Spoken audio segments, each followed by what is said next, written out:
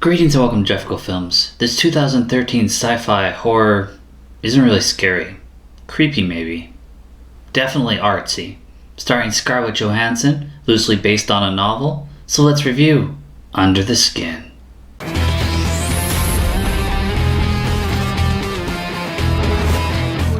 This movie starts out with long drawn out artsy ways of showing me an eye. I mean, maybe it's a spaceship, it's open to interpretation, I guess. Then we get mountains and rivers and waterfalls and roads. We're in Scotland, a great place to shoot.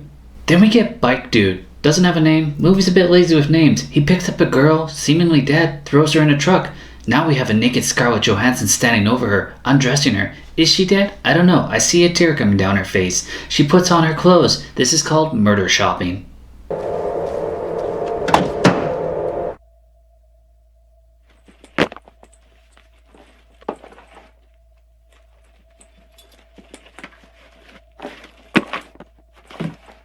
Then we see strange lights overhead. Maybe it's her craft. Bike Dude pulls his bike out of the back of the truck. Was he in the truck with her? Because it was just this giant white room, unrealistically big and very white.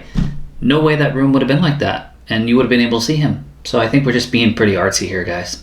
Scarlett goes into the front of the truck and she drives, goes to the mall, upgrades her makeup and wardrobe. Then she keeps driving. Must have been a big game that let out because there's huge crowds. Why does she keep driving on the wrong side of the road? Silly Scotland. She keeps asking people for directions, chatting them up, getting to know them, seeing if they'll be missed. Also, she has this lovely accent. I mean, as if I wasn't already in love with Scarlett Johansson. Am I keeping you from something? No. Where are you going? Yeah. For what? For work? No, I need to go meet somebody. Are you going to meet someone? Aye. Alright, thank you. She uses a lot of compliment flirts and finally catches a fish. She takes him back to her place. It's a big dark room, no furniture, reflective floors. This has to be a warehouse for the size that it is. And he starts following her as she's leading him away, and then he starts to sink into the floor. What is she, feeding her spacecraft or something? Why didn't she sink into the floor? Dude had to be suspicious of this place.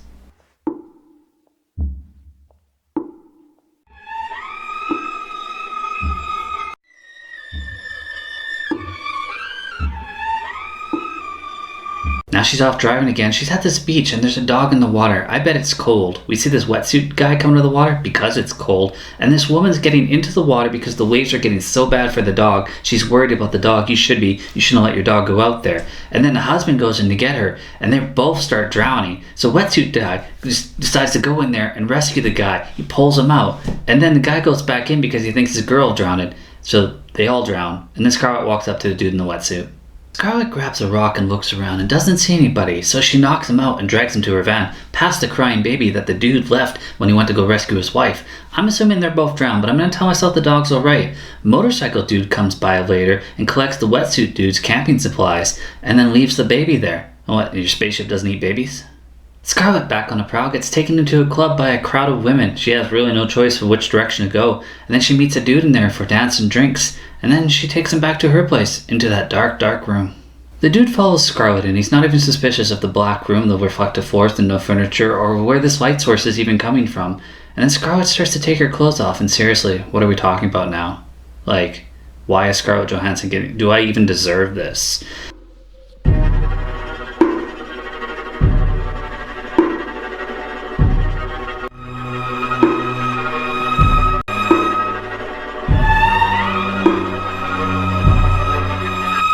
And then the dude gets sucked into the floor and he's killed by Armis, who killed Tasha Yar. He's working with Scarlett. I mean, that'd be a cool twist. There's something coming! Touch him and he dies. No! No!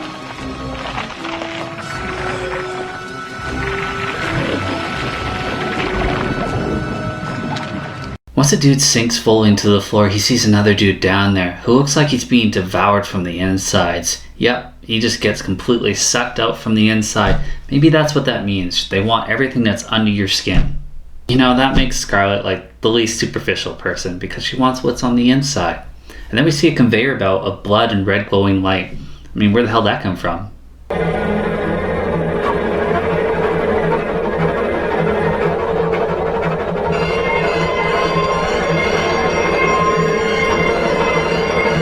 Back to the van, and girl, you can turn those windshield wipers off. It's not even raining. She's crowd watching. She manages to pick up another guy. He's pretty suspicious of her, but he still follows her in. Motorcycle dude is standing with her, looking her over. I think because the last guy complimented her eyes and lips, and she doesn't know how to take that. Even aliens have insecurities. Next we see her walking in the streets, and she falls down and some dude helps her up, so she keeps walking, and then we get this really artsy glowing people thing. Maybe that's how she sees.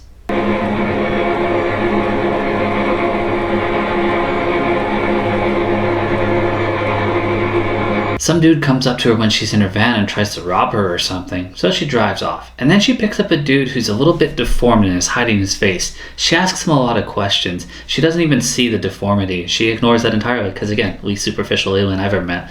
She lets him touch her, and he's very respectful, and she invites him back to her place, and we get to see more of this place. And dude, I know what this means to you, aside from the fact that it's Scarlett Johansson, and he probably hasn't been in a relationship, doesn't get a lot of social contact, and nobody's ever been super nice to him.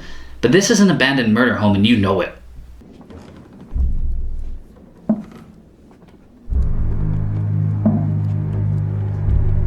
It has to cross his mind that she's fucking with him. But then she gets naked, so I understand. Push forward past all those doubts, even if you're gonna get murdered.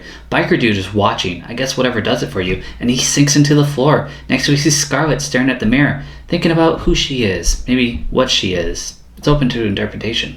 Then we're at the front door where she lets the dude go, and he wanders off naked. We just saw him sink into the ink. How did he get out? Can you please explain this? Motorcycle dude goes after him, tracks him down, beats the shit of him, throws him in the back of the car that he's stealing, and there's some beautiful landscapes, like just beautiful scenery in Scotland. I really want to go there.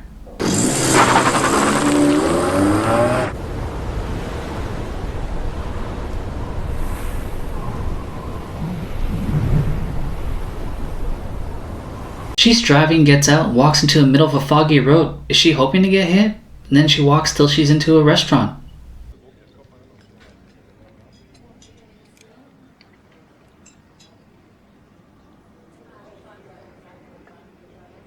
We see her eat some cake. Is this her rebelling against her alien brotherhood and their desire to devour the entire human race? Or is she just rebelling against her diet? She spits it up, so I guess her supermodel reflexes kick in. I'm just kidding though. Bulimicy is a serious disease and you should seek help. People care. Then she waits at a bus stop and gets on a bus. A driver and a passenger ask if she's alright. The driver offers to take care of her and take her back to a grocery store, a small grocery store, grab some groceries, take her back to his place, cook her dinner, and then does dishes. What is he, auditioning to be her husband?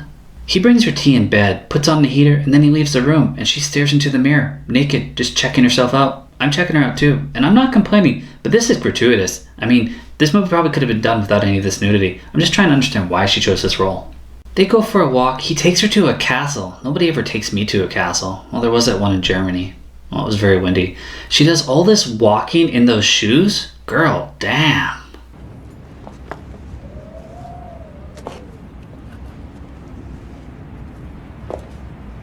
She's got to seem pretty traumatized from his point of view, but he just keeps taking her places, and Motorcycle Dude is out looking for her.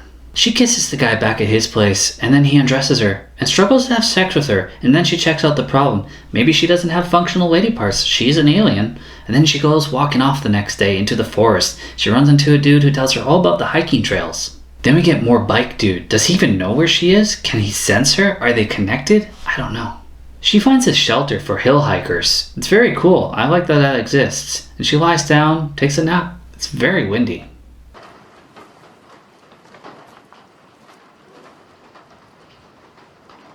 She wakes up to someone feeling her up. It's the trail guy who told her about the trails. So she runs off and she manages to find a truck, but it won't start because it's his truck and he's a logger. So she runs and he chases. Good luck, girl, because again, those heels. He seems very intent on raping her, and he's pulling at her clothes, and he ends up ripping her skin, and we see black alien skin underneath. So she takes off her skin suit. I suppose she'll need a new one. Where do you even go to get one of those? I guess Amazon.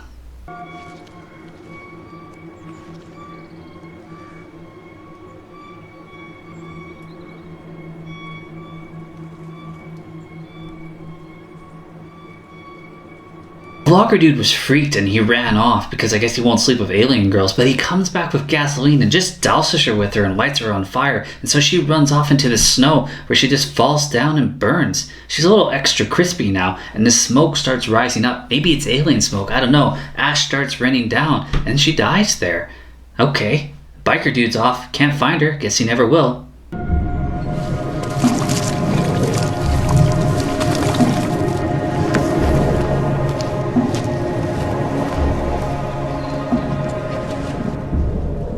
So like, she didn't like her job? This could have had a really cool horror element in it. Obviously they were going for something different, but the box office wasn't a fan. It had a budget of 13.3 and only made 7.2. The director Jonathan Glazer actually got sent a script from a producer that was very close to the novel, but he realized that he didn't want to direct that, but he still wanted to make a movie about the novel. Several years writing and rewriting the script, they had several different ideas with farmers, or it was going to be husband and wife alien farmers, and Brad Pitt was actually cast at one point, but it took so long for them to get this thing rolling, and he decided he wanted to take it from the aliens' perspective.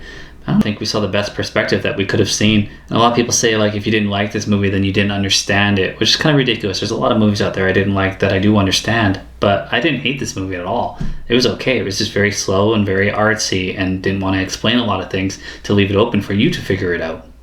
I like not giving characters names, which I just think is lazy. This movie was originally supposed to star Gemma Arterton, Eva Green, January Jones, Abby Cornish, and then Olivia Wilde. I mean, I would have had my heart stop for that one too. It eventually went to Scarlett Johansson, who had to sit on this for 4 years until it was completed, and that's probably how they got their budget. A lot of themes like an identity crisis, like she's spinning out of control, and the motorcycle guy was considered like an enabler at times. I mean, if you got to read into stuff and things are open to interpretation and things are metaphors for things, I mean, your movie is so much on the outside of what it's trying to be. It's not actually saying what it is. That's why you didn't have an audience. The man drove the car, buy the rose for you.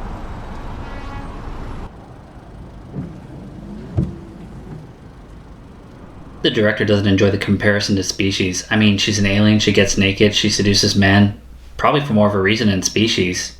Makes me think of Monster with Charlize Theron. I mean, this is a good way for a girl to be stalking guys and not be creepy and be all messed up in the head and kill them.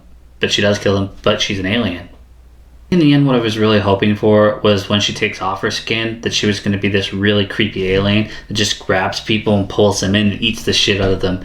But what we got was more of a thoughtful thing where it's just like, yeah, slow paced, and this is what she's doing, and she doesn't really like it, and she wants to be somebody different. And the fact that she dies, I mean, what did it all mean? What do these aliens want? Does it power their spaceship? Come on, I need to know if it powers their spaceship. We saw the lights above the building, so I'm thinking it's not powering their spaceship. What is this floor? How did they actually install it into this house? And it's just too artsy. It doesn't give a shit about explaining that to you. I mean, at one point, it's all dark when the guys enter in the place, but then later, we get to see a stairwell and everything. Before it's dark, he actually has to go to the second floor to get into the dark room of reflective floors and no furniture. I mean, come on, guys. You could have done better with this. I didn't hate it. It's actually worth a watch.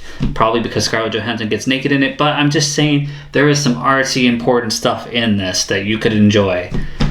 But you're not going to love it. And if you do love it, good on you. Proud of you. Well, as always, thanks for watching.